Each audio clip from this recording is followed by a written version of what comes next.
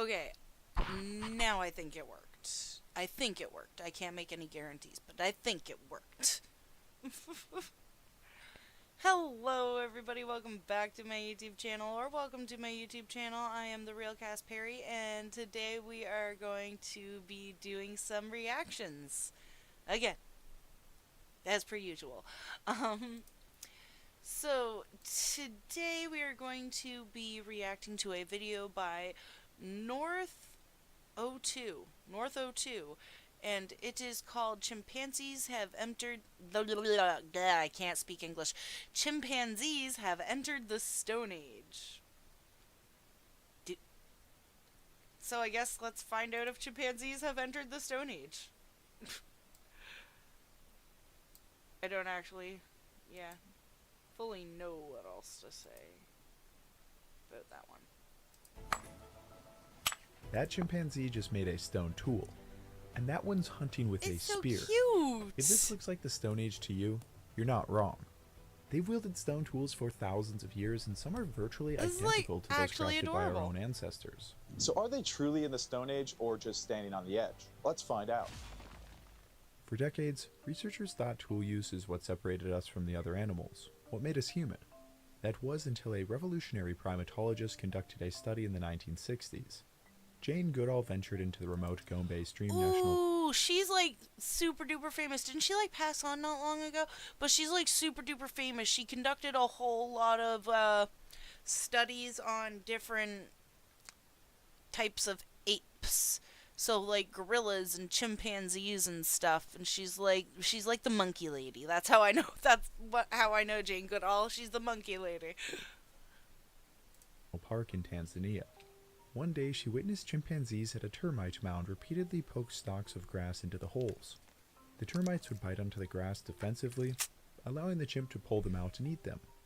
Astonished at her discovery, Goodall told paleoanthropologist Louis Leakey, who wrote, "Now we must redefine tool, redefine man, or accept chimpanzees as human. Tools are evolutionary Oh, game." does that mean that the chimpanzees is peoples now? I mean, I'm cool with that. That just means that there are now, like, a lot of extra protections for chimpanzees. Like, I see no issue here. Oh, but then all the people who are keeping them as pets and zookeepers. Ooh. I just thought heavily about this.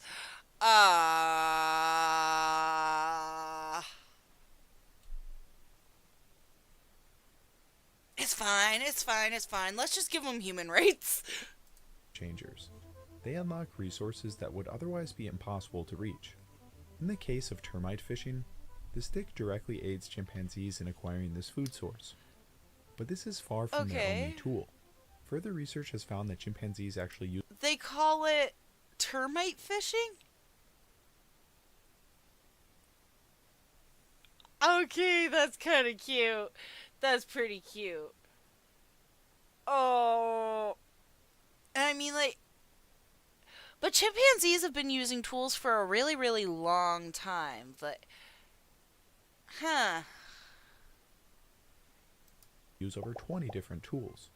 One of the most important is their use of stone tools. Stone hammers are used to smash open hard nuts against anvil stones.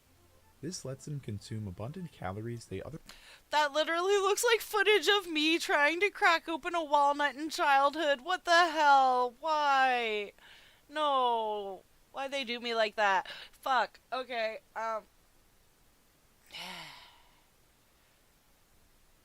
the amount of acorns. I'ma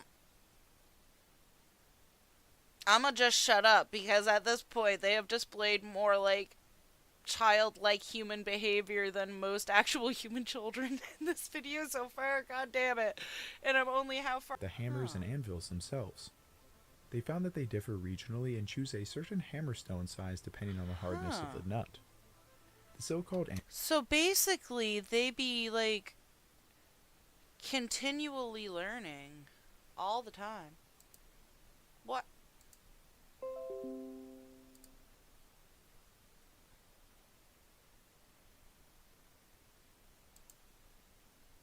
What just happened?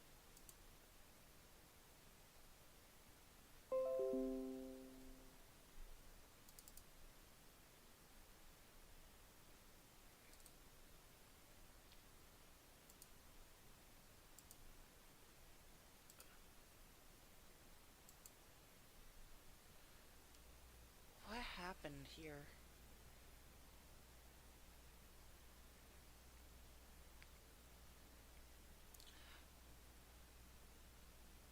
I am not entirely sure what just happened. Or why that just happened.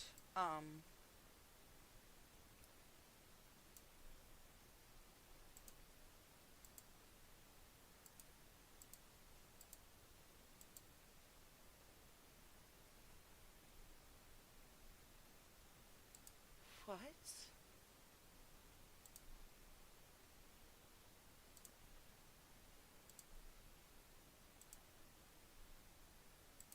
Am I losing my ever-loving mind?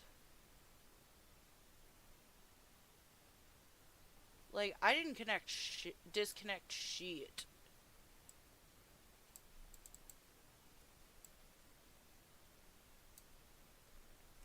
Anyway, where were we again? The monkeys be humans.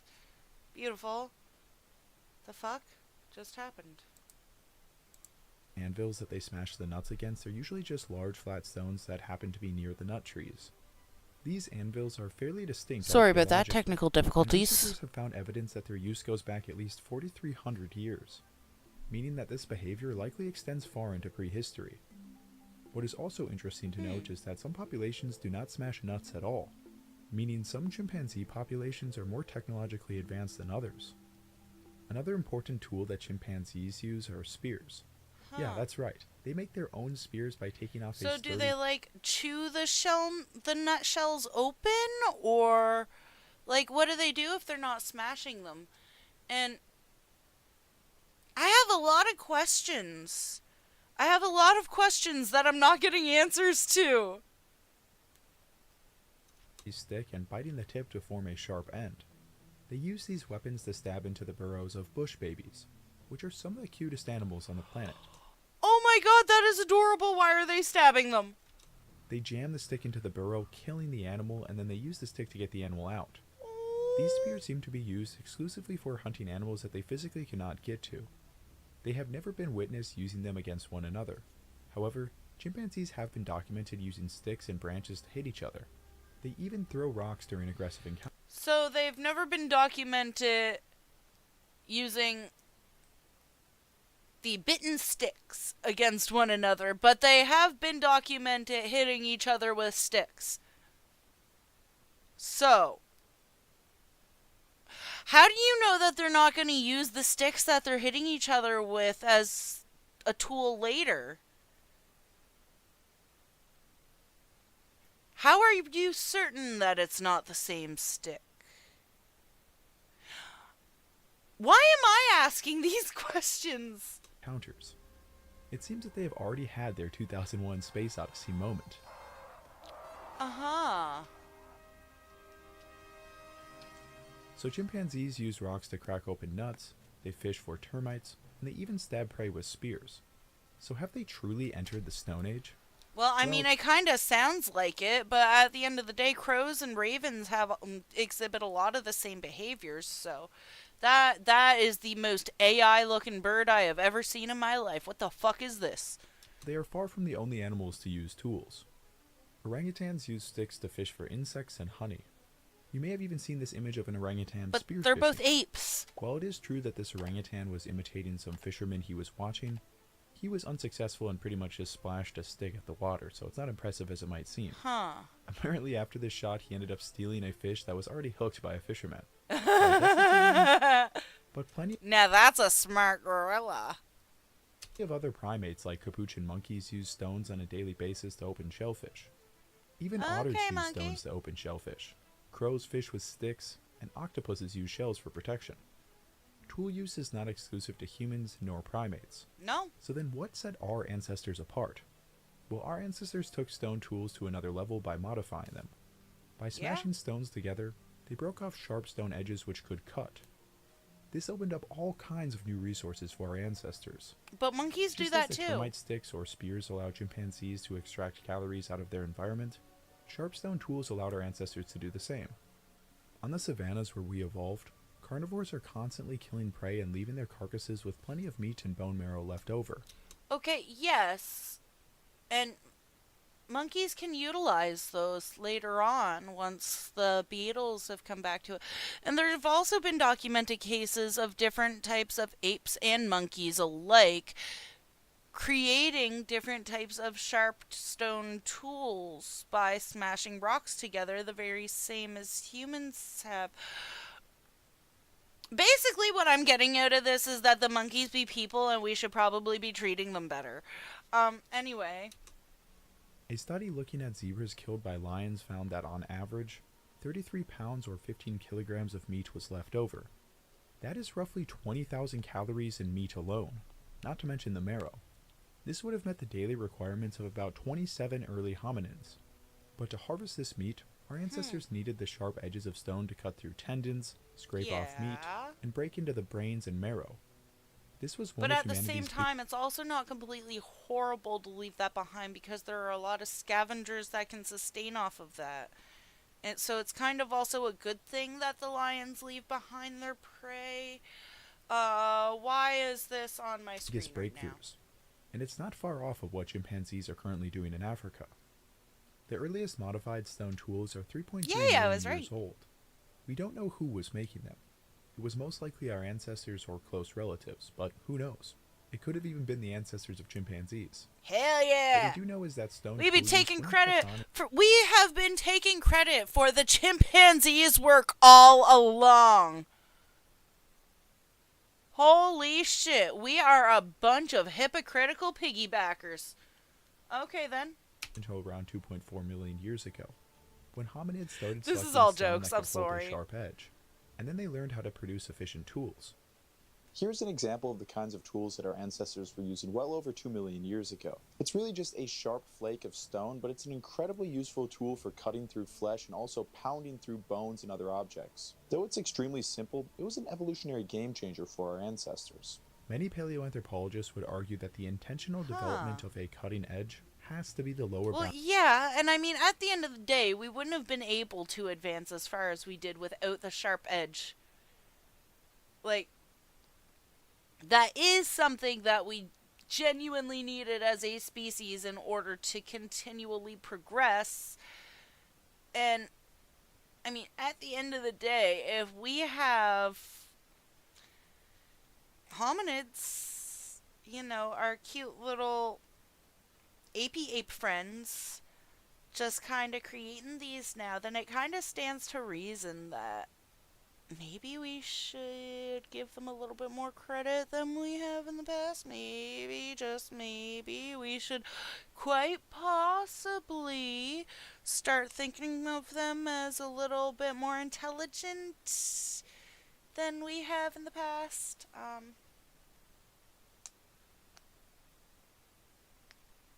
Just a thought. I'm not a science person. I don't know shit. Anyway. of the Stone Age. Otherwise, otters and capuchins are also in the Stone Age. Chimpanzees have never been documented in the wild creating a sharp stone tool, but they are limited for a number of reasons. First of all, fine-grained stones that create sharp edges when broken, such as flint, are not common in the modern range of chimpanzees. Well, no. Most of the time it is thick jungle, and the stones they have access to are basically useless for cutting. Our ancestors, on the other hand, lived across open, rocky savannas that often had sources of quality stone. That But may just- be true, but there have been a lot of different documented cases of chimpanzees in captivity using different types of rocks that can be utilized into cutting tools. You're not... I don't know, you're not convincing me that they're not people, man. Just because chimpanzees don't have access to the right raw materials for knapping stone, doesn't mean they lack the intelligence to understand it. So researchers you. had a bold idea. What if we simply taught a chimpanzee how to flint knap? Hell yeah! Meet Kanzi, a language competent bonobo, who was taught to flint knap in the early 1990s. Bonobos are a closely related cousin of chimpanzees, often seen as more socially intelligent. Kanzi was especially intelligent. He even learned how to play Minecraft, but it was Haha, so I am right. I am right. The chimpanzees are people too. They're gonna surpass us. Because we are here to teach them, they're gonna surpass us. I'm sorry, just saying. this video of him flint-napping that honestly blew my mind. The student always They surpasses first the teacher. focused on showing him how to knock off flakes through percussion, which is what I'm doing here. You literally hit one rock against another rock in order to knock off a stone flake. So Okay. now let's watch some incredible close-up footage of Kanzi napping. Oh, look there what Kanzi made. That's really perfect. Oh, look at that one. Oh, thank you. They would really cut things good. Kanzi was able Oh wow. So they actually taught this. They actually taught this guy how to like. That's cool as fuck. Y'all be starting the beginning of the planet, the rise of the Planet of the Apes, but that be cool as fuck. I can't lie. to knock off flakes consistently, and after a while, he even came up with his own methods of flint napping. Instead of using the hammerstone in his hand, He's coming up with his own methods now. Oh. They created a monster because nobody wants to see Marshall no more. They want mapping them chopped liver. Sorry. he started throwing it at the core. This may have helped him overcome challenges unique to the hands of Huh. chimpanzees, or to protect his fingers. But how fascinating is it that he invented a new flint napping technique? After 2 years of practice, researchers decided it was finally time to put his skills to the test. They gave him an unmodified core of flint and a hammerstone. Nearby was a clear box with fruit inside. It was held shut by a thick nylon cord. In order to get to his reward, he would have to hit off a large sharp flake So basically, they put this monkey into a situation where it had to solve a puzzle box by making its own knife to open the puzzle box.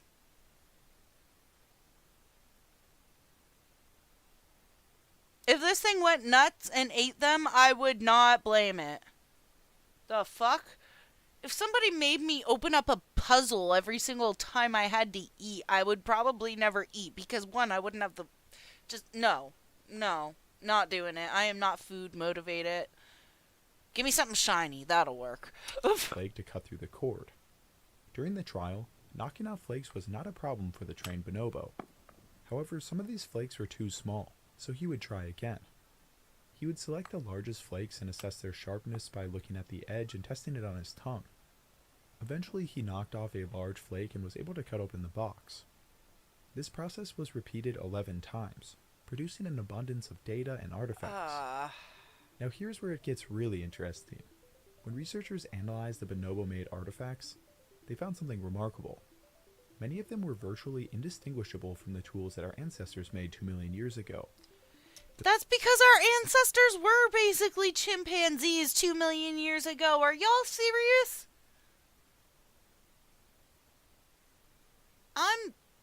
Just be real here. Just be realistic. Flakes had striking platforms, bulbs of percussion, and sharp Yeah. usable edges.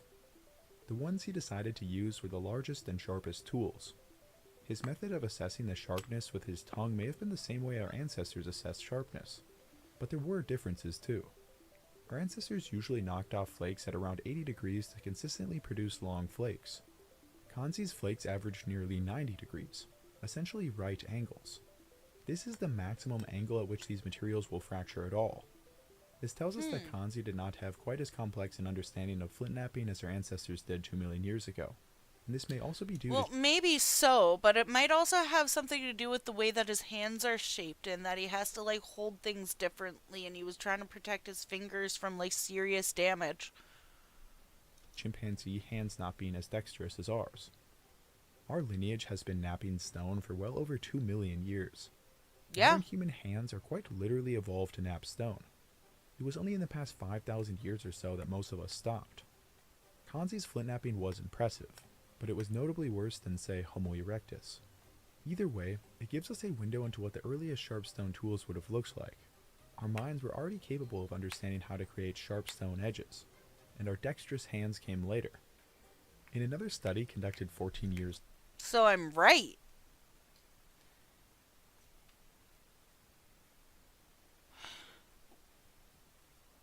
What if I'm... Ooh, what if this also adds to the theory? Like, I'm not saying... This isn't even my theory, but I also think that this is most likely a very correct theory about how the human species may not have, like, fully... So... I do think that there was, like, a dominant culture and kind of species before humans. Possibly aliens, if that's what you want to think. But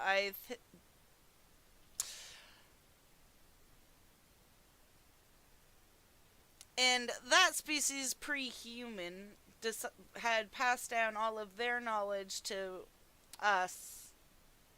And now we're passing down all of our knowledge slowly but surely to the gorillas and chimpanzees, and after we've already finished close to finished our evolutionary process. Ooh. Ooh. What if we're just re-beginning a cycle right now? I don't know why, I kind of like this idea. later, But Kanzi this had idea clearly also become means that humanity isn't going to be along very much longer, if I'm right. So I kind of don't like this idea at the same time. I do, but I don't. more adept at making and using Huh. stone tools. Kanzi and another bonobo used stone to break into logs and dig, both getting a reward if successful. Kanzi used flakes like a drill, rotating them to bore deeper into the log. He used larger flakes as wedges to pry into the logs and even used them This to chop. clever In another part of the monkey! experiment, he used flakes as shovels to dig into tough sediment to retrieve food. It's This interesting to note clever that Kanzi was chimpanzee! far more What the successful than fudge? The other less trained bonobo, indicating that his training really did pay off and allowed him to And yes, access I know these that a resources. chimpanzee and an ape are not monkeys. They are like... Monkeys have tails and they don't. I get it. It's fine. But... What the fucking clever! Okay. Kanzi lived on for about a decade You go, doing all kinds of Kanzi. fun scientific studies before sadly passing away in March of 2025. Oh. These studies show that with human interaction or training, bonobos and chimpanzees can produce intentional stone tools, leaving wear patterns compared Well, I mean, if they were to, like, produce a second generation and, like, teach their baby chimpanzee or baby bonobo the skills that the people had taught them.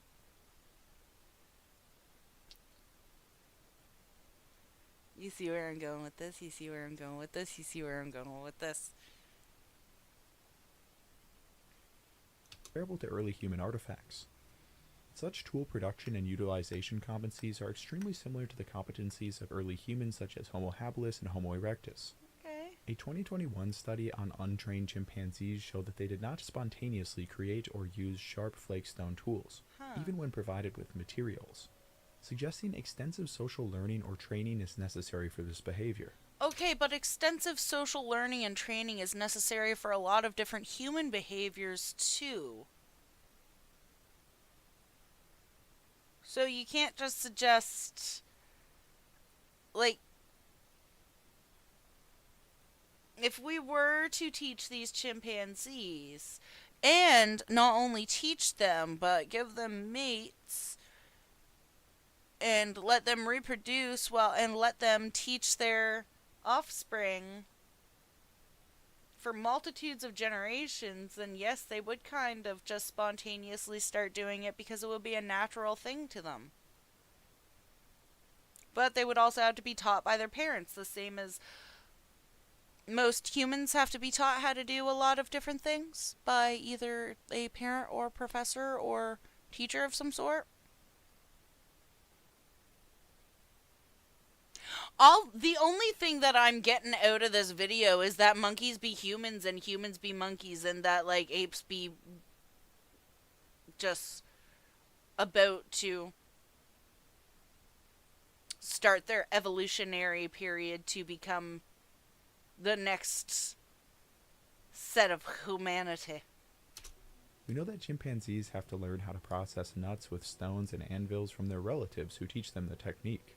It's a cultural innovation. Huh. In order for wild chimpanzees to start flaking their own stone tools, they would have to have quality stone available to them, True. and importantly, a reason to create sharp tools. Without direct Yeah. human intervention, this seems unlikely. But funny enough, capuchin monkeys in Brazil are accidentally achieving what we consider a human milestone. They use stone hammers to open fruits and nuts, but also for a far stranger Hell reason. yeah. They smash rocks together to create dust which they then lick up. Scientists really have no idea why they do this. Maybe it's to help them get some It's most likely to do with the minerals and stuff in certain rocks, and helps with digestion and or iron, and like I have a few different ideas of why they're doing it, and it has to do with something that's in the stone, such as calcium or iron, or magnesium that could possibly be in the stone that is like they're missing out of their diet. It's the same reason that like babies eat mud. minerals into their diet. Regardless of why they do it, they happen to create stone flakes that are virtually identical to Hell early human yeah. tools in Africa. These stone flakes have been found in Brazil in layers dating back over 50,000 years ago. At first it was thought that humans were in the region tens of thousands of years before we thought, but it now seems it was actually capuchin monkeys leaving a seemingly human signature. So ironically, capuchin monkeys have unintentionally So entered basically, a bunch of capuchin monkeys just like trolled the entire historical community for how long? I love this shit. And yeah, people be trying to say that these little fudgers ain't smart. All right. the Stone Age before our closest relatives. So are chimpanzees in the Stone Age? Kind of, but not really. They've been hunting with spears and cracking nuts with stone hammers for thousands of years. And Kanzi proved that bonobos can flint-knap when taught. Yet wild individuals have never made a cutting tool on their own, at least as far as we know. Not because they lack the cognitive capacity, but because they lack the necessity. The story of our own species likely But mirrors just because they haven't done it in the wild that we know of doesn't mean that they haven't done it in the wild. Come on, they are smarter than we give them credit for. this pattern. We exploited carcasses with sharp stone tools to get access to an entirely I new hate food seeing source. the elephants During like severe that. droughts or food scarcity, tool-using apes Makes had me a much sad. better chance at surviving. That looks scary This as feedback loop fuck. favored an increasing reliance on tools, and fundamentally shaped what we became. Tool use likely became non-negotiable for our survival. Chimpanzees do not face these It's same actually circumstances. scary. They simply need a reason, and let's hope they never get one. Well, that was a fun one. Yeah, I wouldn't particularly want to get onto the bad side of a chimpanzee myself. It sounds rather not pleasurable. I'm gonna be honest here. It sounds very not fun. Not fun at all. Like, very, very not fun. To a point where I'm not entirely sure if there is a more of a version of not fun than that. Yeah.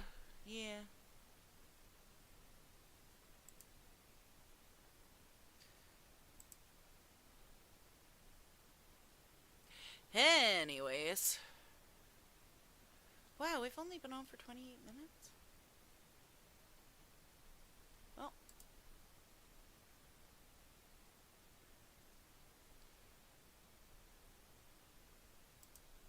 I guess we'll just see what else is on. To do our reactions to.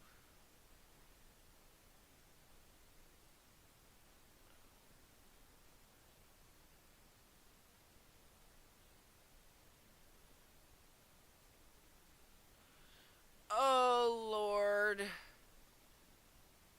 Is this gonna be what I think it's gonna be? Is this gonna be like an AI video that is going to make me like very upset about the state of the world because it's AI? Oh, let's find out here. Let's find out, y'all. So this one is titled Ariana leaves Cynthia Erivo for younger co-star. This is bad. I feel like this is stupid clickbait bullshit made for 12-year-olds, but I guess we're gonna find out. Stupid right now because I thought that we had a good thing going. You know, she was like my sister, but that's clearly in the past now because she didn't feel the same. Used me to scratch an itch, and now I'm yesterday's news. And let's not even get into how What? the actress has been lying to your faces, using her co-stars for clout and attention, rage, dating. Am I missing something?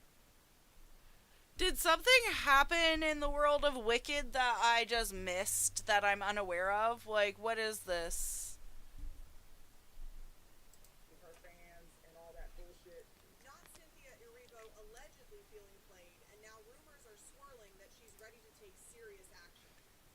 The second the Wicked promo wrapped, it honestly looked like Ariana Grande slowly backed away from Cynthia, like that intense, emotional sisterhood never even happened. I feel Let's so play this stupid back. right now because I thought that we had a good thing going. You know, she was like my sister, but that's clearly in the past now because she didn't feel the same. Used me to scratch an itch, and now I'm yesterday's news. And let's not even get into how your favorite actress has been lying to your faces, using her co-stars for clout and attention, rage baiting her fans and all that bullshit. Not Cynthia Has she Erivo Has she? I don't know. I haven't. Okay, I've seen like no updates on Ariana, so I am not kept up to date on what has been happening. What is going on here? allegedly feeling played, and now rumors are swirling that she's ready to take serious action.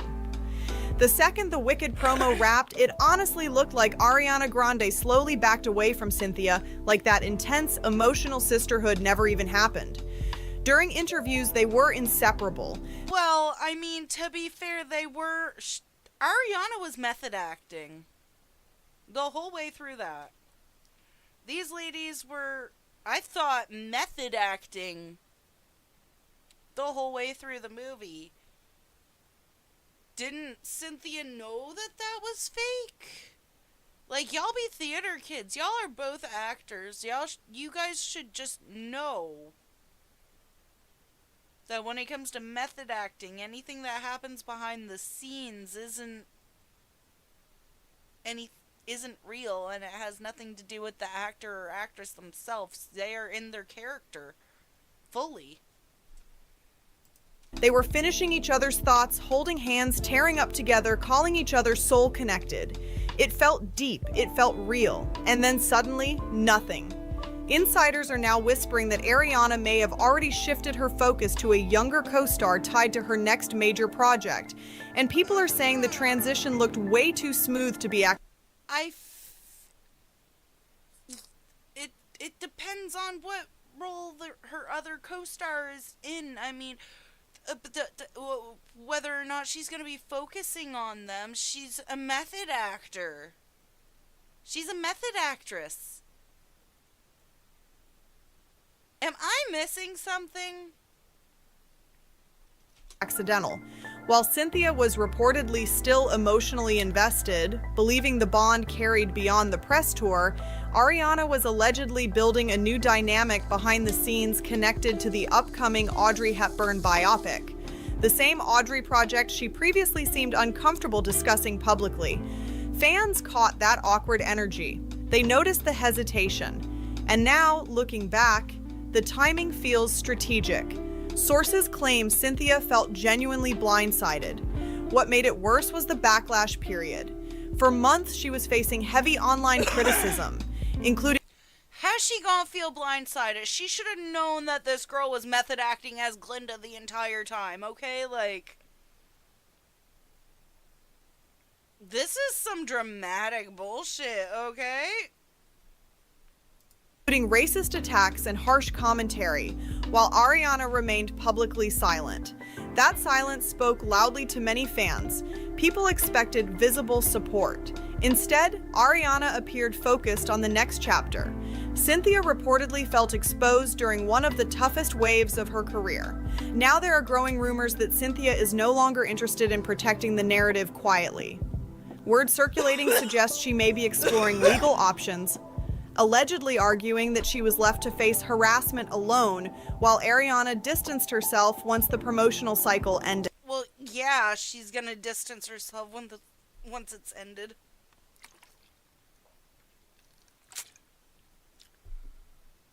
And I mean, face backlash alone, just ignore it. You can turn off the devices and ignore it, right? Nothing is confirmed, but insiders claim emotions are running high behind closed doors.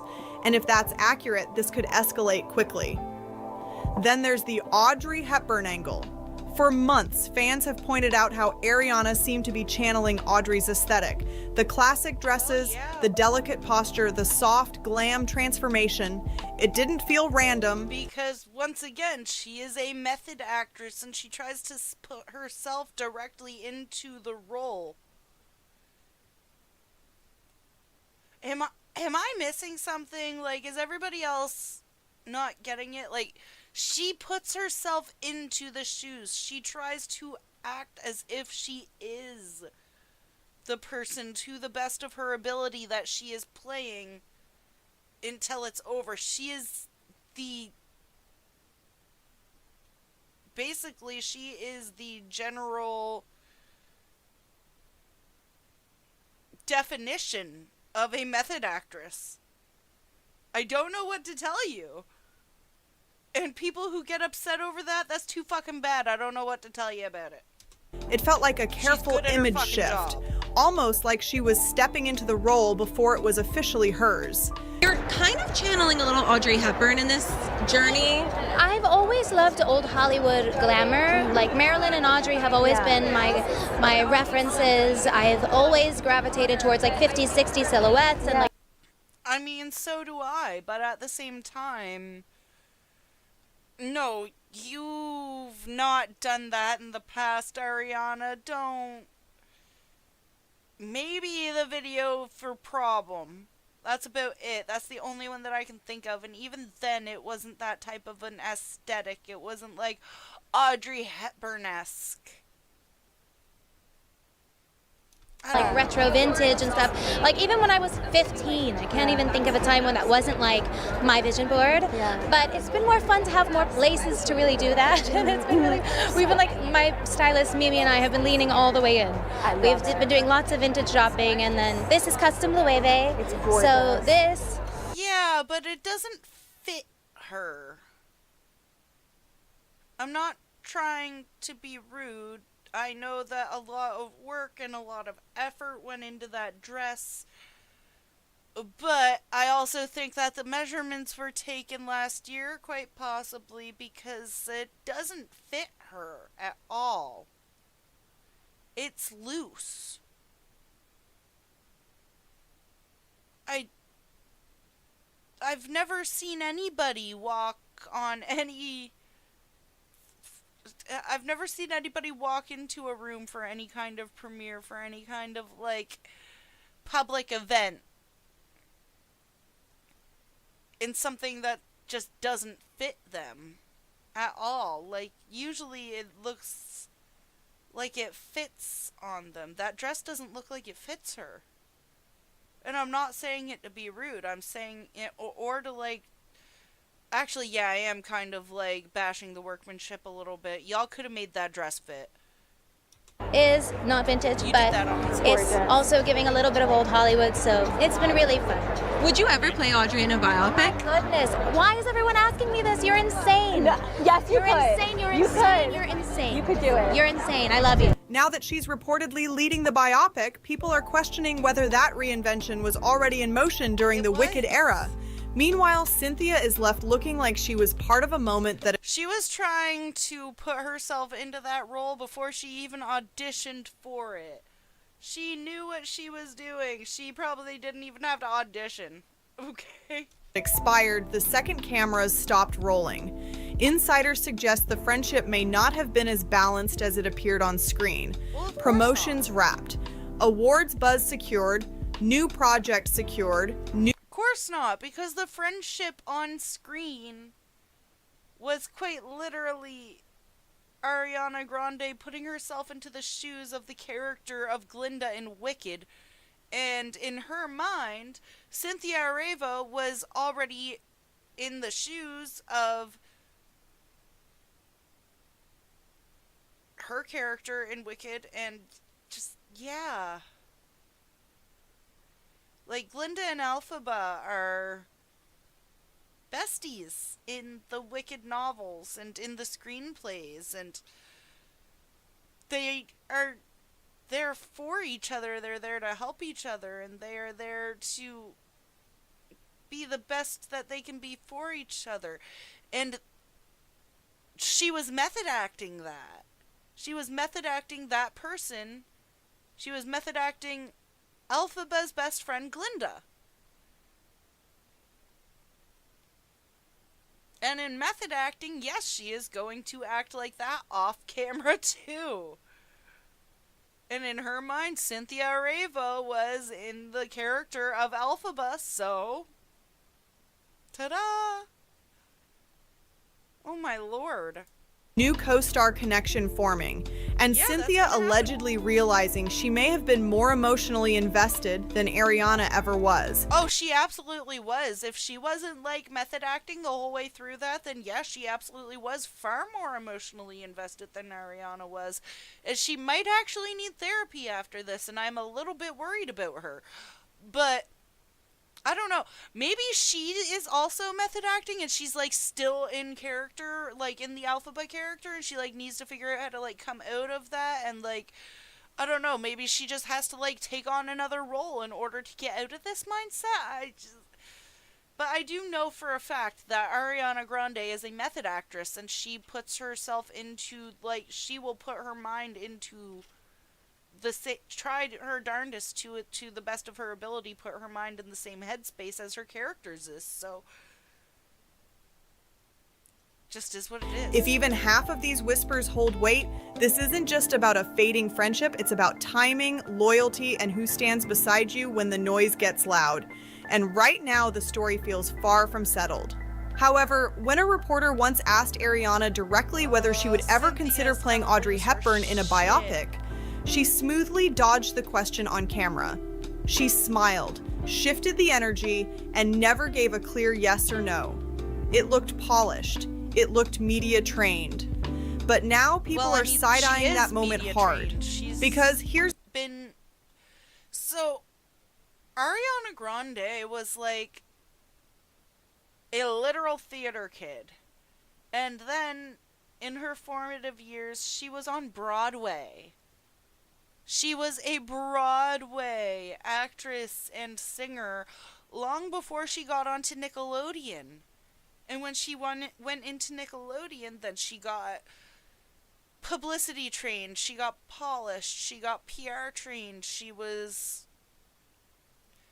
given every opportunity for extra acting coaching and lessons, and given every opportunity to pursue her music career because of her crazy high-tone voice.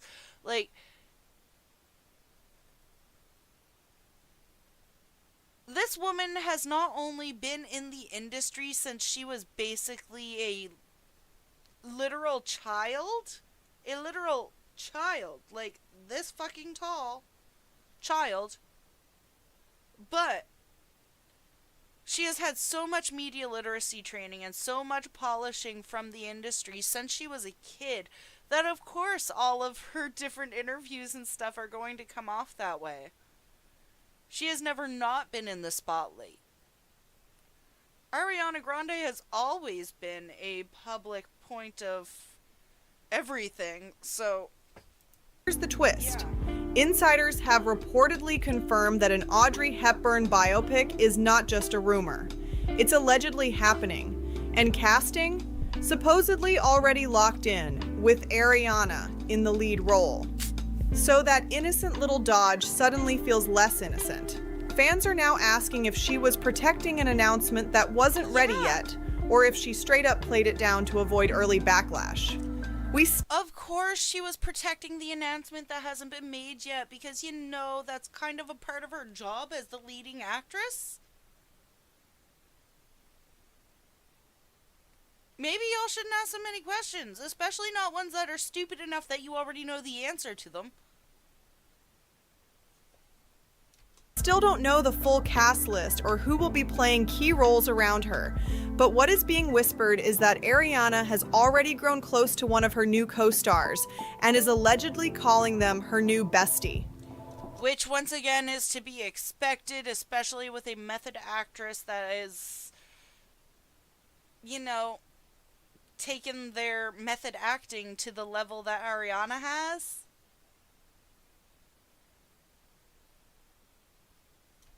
That word again. And people can't ignore the pattern. It feels familiar. Now, no one knows if this new bond will look as intense as what we saw with Cynthia Erivo during the Wicked press run. That connection had people talking nonstop. The closeness, the hand-holding, the emotional interviews. But longtime followers of Ariana know... I'm gonna be honest, that was a little bit too much. Like...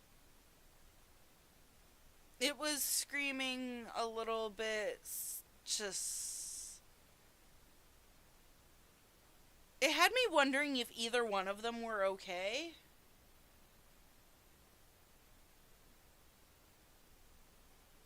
Like... A lot of those interviews just screamed mentally not there. And... emotionally abused in the background, and a lot of different things. But, like, a lot of the interviews for Wicked made me uncomfortable. When they were doing their press tour, a lot of the interviews when it came to, like, the Wicked movies, they made me uncomfortable to watch. And there is no reason for anybody to be touching anybody else that much. Even couples don't, like, put their hands on each other that much during interviews. It's weird, and for, like, stupid little things that didn't even need to be touched. Like, they could have chilled. Oh, this isn't new behavior. She has a history of diving deep into relationships and friendships fast, then moving on just as quickly when the energy shifts. Look back at her relationship with Ricky Alvarez. Matching tattoos within weeks. Big emotions, big gestures, and then it ended just a few months later. Or her whirlwind romance with Pete Davidson. They started dating, got engaged, and split in less than 5 months. And to be fair, though, Pete Davidson was kind of off of his fucking rocker at the time. And according to a lot of different sources, so was Ariana Grande. Neither one of them was well at the time, mentally, for a lot of different reasons. I think that pertained to... allegedly pertained to the Booger Sugars. During that short time, they were getting matching tattoos nonstop. Clouds, initials, tributes, even ink connected to their pet pig. It was intense, it was fast, and it didn't last. Then came the era with Cynthia Erivo. From the very start of the Wicked Press tour, fans noticed something felt different. The chemistry didn't read like typical co-star friendliness. It felt layered. The touches lingered. The eye contact stretched a little too long. Yeah, it was a lot. It really was a lot. I'm gonna be honest. It was a little bit too much. It was too much. It made me uncomfy.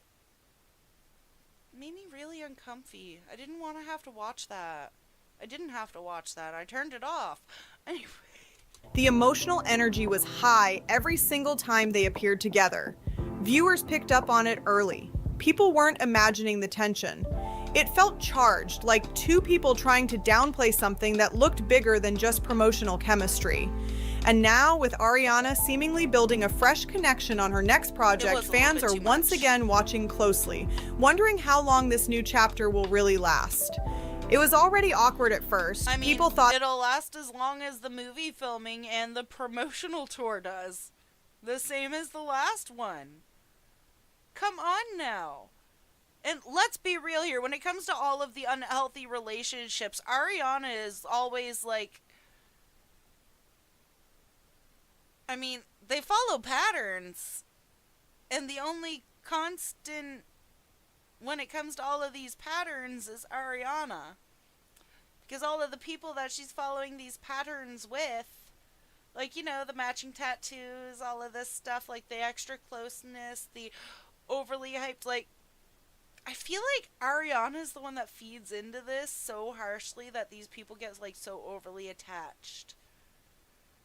Because this is a cycle of behavior with her. She does this with everybody that she gets close to. And then within, I don't know, as soon as, like, their bond stops being popular, I guess, she drops them like they hot. I don't know. Thought they had reached peak uncomfortable during those early press moments. Yeah, the energy was intense, the closeness was obvious, and viewers were side-eyeing the whole thing. Surely it couldn't get any more uncomfortable than that, right? Wrong. Well, I mean, especially considering the fact that when you actually look at the movie, Elphaba and Glinda did not, like, get all handsy with each other all the time like that, but for some reason, Ariana and Cynthia were getting handsy with each other all the time, but, like, Elphaba and Glinda were not getting handsy with each other in the movie. Riddle me this one, especially when it comes to, like, the fact that you, my dear, are a method actress. Why are you pushing all of that? Like, all of that. That's a lot extra.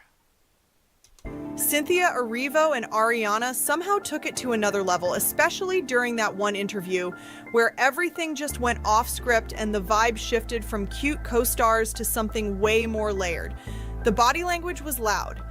The reactions were louder. And fans immediately started clipping moments because it didn't feel typical. Then there were moments where Cynthia appeared to go into full protector mode anytime someone criticized Ariana. The loyalty looked strong, almost personal, but Ariana didn't exactly dial things down either. Alongside the touchy-feely press appearances, the two even got matching tattoos. That's not light behavior, that's permanent ink. Undoubtedly the fiercest talent to grace the earth, but you are unimaginably even fiercer, my friend. I'm so thankful for the incredible privilege it is knowing and loving you. Okay, come on now. That's... You can't tell me that I was not right to think that this was a little bit over the top. That's not casual co-star appreciation. That's deep emotional language. So when people act like Cynthia imagined the closeness, that doesn't line up with the receipts. Like, she was literally speaking to her as if she was gonna be her future wife. Like, that is some shit, okay? I don't even know how else to put that. That is some shit. She was looking at this girl like, damn, baby, I'm gonna spend the rest of my life with you. I'm gonna look you in your eyes every single day. I see myself, I see my own soul inside of your eyes, baby. I don't even know where I was going with this. I just know that it's creepy. Oh, hello there, Aniko. Oh, it's your birthday? Happy birthday! Sorry, I can't see the live chat while I am on the other side of the thingy filming. But,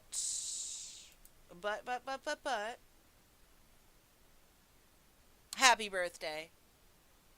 I'm glad to have you here.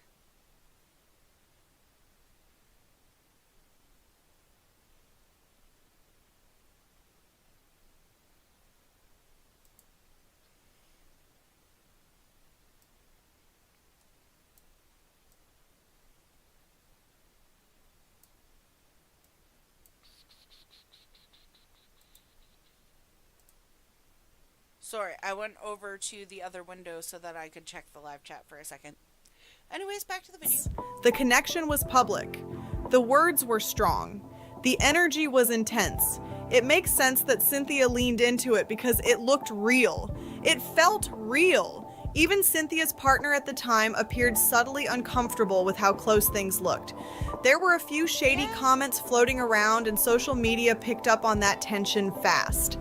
It's hard not to understand why someone in that position would feel uneasy. From the outside, Cynthia seemed fully invested in that bond with Ariana. Both of us were because it seemed like she was. Like, her and her partner split up in the works. Like, it went too far. blown away by how. Both of us were blown away by how connected we were. It was at director John M. Chu's house, and he played some songs for us, and we sang together for the first time.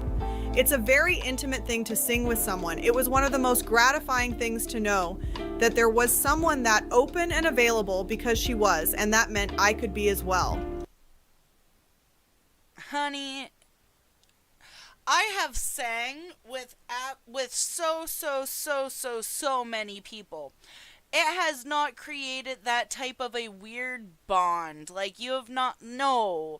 Singing with somebody isn't that intimate. Out of all of the things you could say is intimate, singing with someone.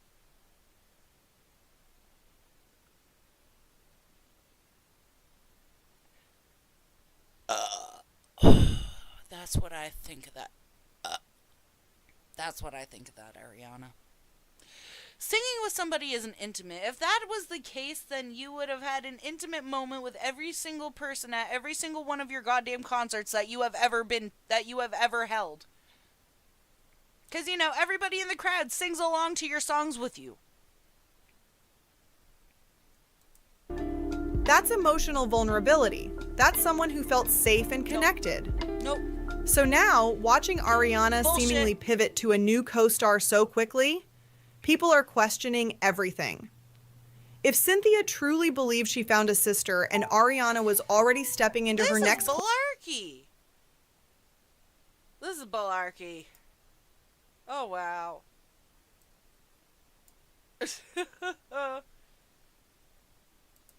Like, actual malarkey.